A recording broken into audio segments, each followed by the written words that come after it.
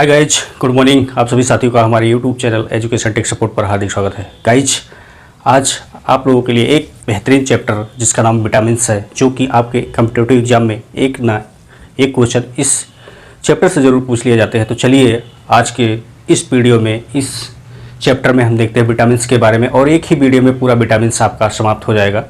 और उम्मीद है कि आप लोगों को यह वीडियो ज़रूर पसंद आएगा। तो चलिए बिना देरी के शुरू करते हैं आज का वीडियो, जिसका नाम है विटामिन्स। अब विटामिन्स सबसे पहले होता है, विटामिन्स होते कितने हैं? विटामिन्स तो कई प्रकार के होते हैं। आइए देखते हैं विटामिन्स कितने प्रकार के होते हैं। सबसे पहला विटामिन है विटामिन ए, विटामिन बी को B1 भी कह सकते हैं, विटामिन 2, विटामिन 3, विटामिन 4 होता ही नहीं, आप लोग इसको याद में रखिएगा। विटामिन 4 होता ही नहीं, विटामिन 5, विटामिन 6, विटामिन 7, विटामिन 11 और 12 होता है। यानी कि ये इतने विटामिन्स हैं। और इनके रासायनिक नाम क्या हैं, ये इनकी कमी से कौन कौन से रोग होते हैं, इन सब के बारे में जानकारी लेंगे। तो जैसे विटामिन ए का रासायनिक नाम होता है रेटिनॉल। विटामिन ए का रासायनिक नाम रेटिनॉल होता है। इसकी कमी से होने वाला रोग रतौंधी होता है, संक्रमण होता है। जीरोफैथालमिया एक रोग होता है जो कि विटामिन ए की कमी से होता है।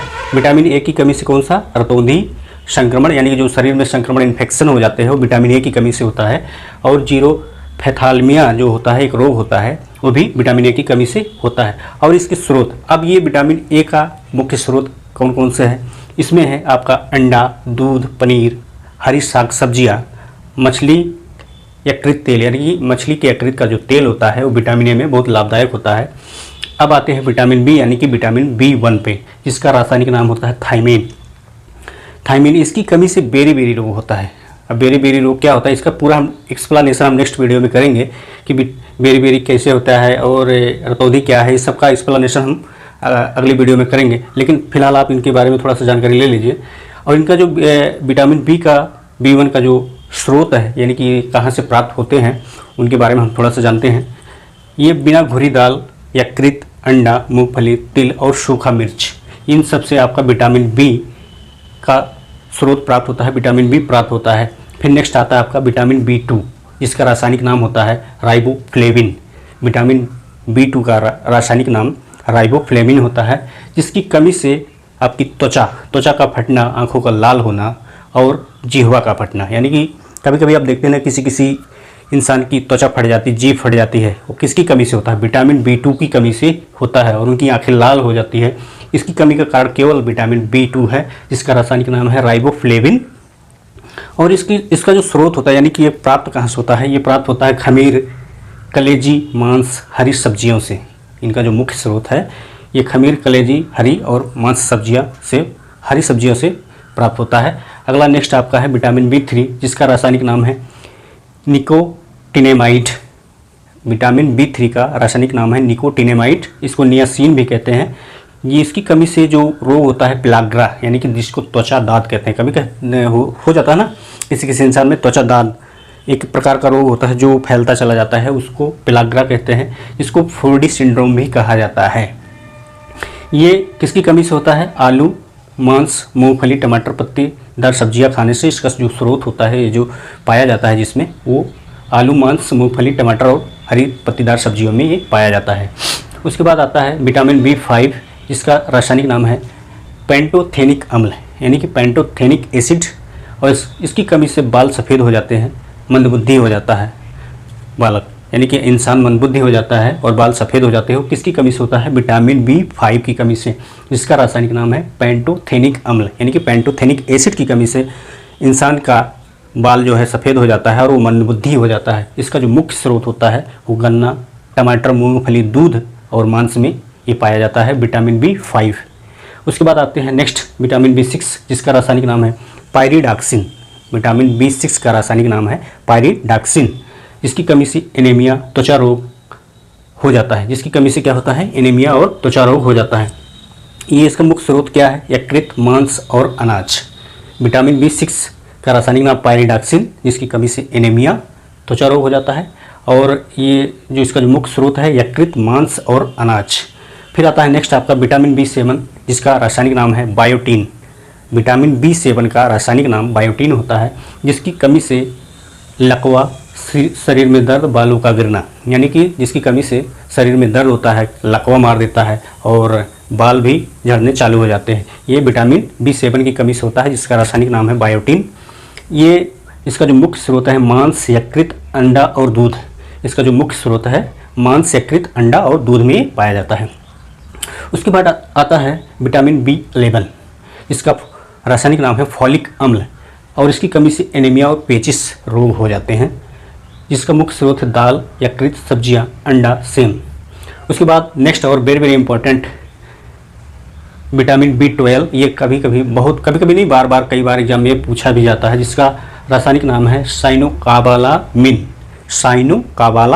इसका जो रासायनिक नाम है, और इसकी कमी से एनीमिया और पांडु रोग हो जाता है। पांडु रोग एक प्रकार का रोग होता है जो इंसान में होता है, और इसकी जो मुख्य स्रोत है मांस, कलेजी और दूध। उसके बाद नेक्स्ट आपका है विटामिन C, यानी कि विटामिन C, जिसका रासायनिक नाम स्कारबिक अम्ल होता है, और इसकी कमी से होने वाला रोग स्कर्वी, मसूड़ों का फूलना, यानी कभी कभी किसी इंसान में मसूड़ों का फूल जाना क्या किसकी कमी से होता है? विटामिन C की कमी से होता है। और स्कर्वी रोग भी विटामिन C की कमी से होता है। इसका जो प्रमुख स्रोत होता है नींबू, संतरा, नारंगी, यानी कि सभी खट्टे पदार्थों में जिसमें खट्टा होता है उसमें क्या पाया जाता है? स्कारबिक अम्ल, यानी कि स्कारबिक एसिड उसमें पाया जाता है। इसमें अंकुरित अनाज भी, यानी कि जिसमें अंकुरित अनाज का मतलब ये होता है उसको पानी में भिगो दीजिए, 2-3 दिन बाद उसमें जो अंकुर निकलता है वही अंकुरित अनाज हो जाते हैं। इन सब को खाने से विटामिन C की कमी को पूरा किया जाता है। इसके बाद नेक्स्ट आता है आपका है विटामिन D। इसका रासायनिक नाम है कैल्सफेराल। विटामिन D का रासायनिक नाम कैल्सफेराल है। यह बच्चों में जो रोग होता है, जिसका आप देखते होंगे बच्चों को गांव में या शहर में, जो भी कोई ऐसे बच्चे होते हैं जिनका पेट बड़ा भारी हो जाता है लेकिन हाथ पैर बहुत पतले पतले से, दुबले दुबले से होते हैं, उनको रिकेट्स बोलते हैं। ये बच्चों में ये रोग होता है, लेकिन आदमियों में ये जो बच्चों से जो बड़े हो जाते हैं, जो ये अगर रोग होता है तो इंसान में जब रोग होता है तो उसको ऑस्टियोमलेशिया, यानी कि वयस्क में ये रोग होता है। ये किसकी कमी से होता है? विटामिन D की कमी से होता है। और इसका जो प्रमुख स्रोत है मछली यकृत तेल, यानी कि मछली के यकृत का तेल, दूध, अंडे खाने से इसकी कमी को पूरा किया जा सकता है। उसके बाद आता है विटामिन A, जिसका रासायनिक नाम है टेकोफेराल। विटामिन E का रासायनिक नाम है टेकोफेराल।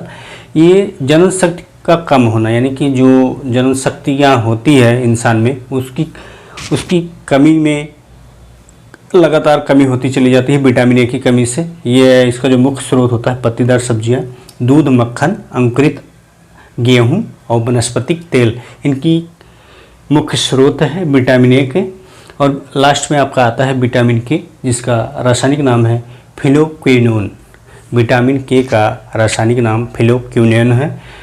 इसकी कमी से शरीर में रक्त का थक्का नहीं बनता। कभी कभी आप देखते हैं किसी व्यक्ति को अगर चोट लग जाती है तो उसका खून बहता ही रहता है, वो जमता नहीं है। तो ये किसकी कमी से होता है? विटामिन K की कमी से होता है। रक्त का थक्का न बनना विटामिन K की कमी से होता है। बहुत बार आपके एग्जाम में भी पूछा गया, कॉम्पिटिटिव एग्जाम में भी। और इसका जो मुख्य स्रोत होता है टमाटर और हरी सब्जियाँ, इन सबको खाने से ये विटामिन K की कमी को पूरा किया जा सकता है। आप एक बार स्क्रीनशॉट ले सकते हैं अपने मोबाइल पे।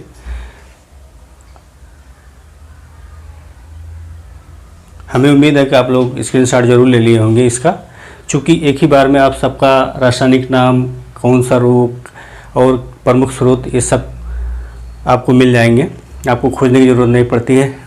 तो इस तरह से ये कुछ विटामिन से संबंधित कुछ महत्वपूर्ण जानकारी थी। हमें उम्मीद है कि आप लोगों को यह वीडियो ज़रूर पसंद आएगा। अगर हमारा यह वीडियो आप लोगों को पसंद आता है तो प्लीज़ हमारे चैनल को लाइक ज़रूर करिएगा और कमेंट सेक्शन में जाकर हमें ज़रूर ये बताएं कि हमारा यह वीडियो कैसा है और हमें अभी कितनी आवश्यकता है, कैसे हम और अच्छे से वीडियो को डेवलप करें, पढ़ाएं। आपका एक कमेंट हमें मोटिवेशन देगा, तो इसलिए आप कमेंट सेक्शन में ज़रूर बताएंगे और वीडियो को लाइक, शेयर और सब्सक्राइब जरूर करें अगले वीडियो में। तब तक के लिए नमस्कार, जय हिंद।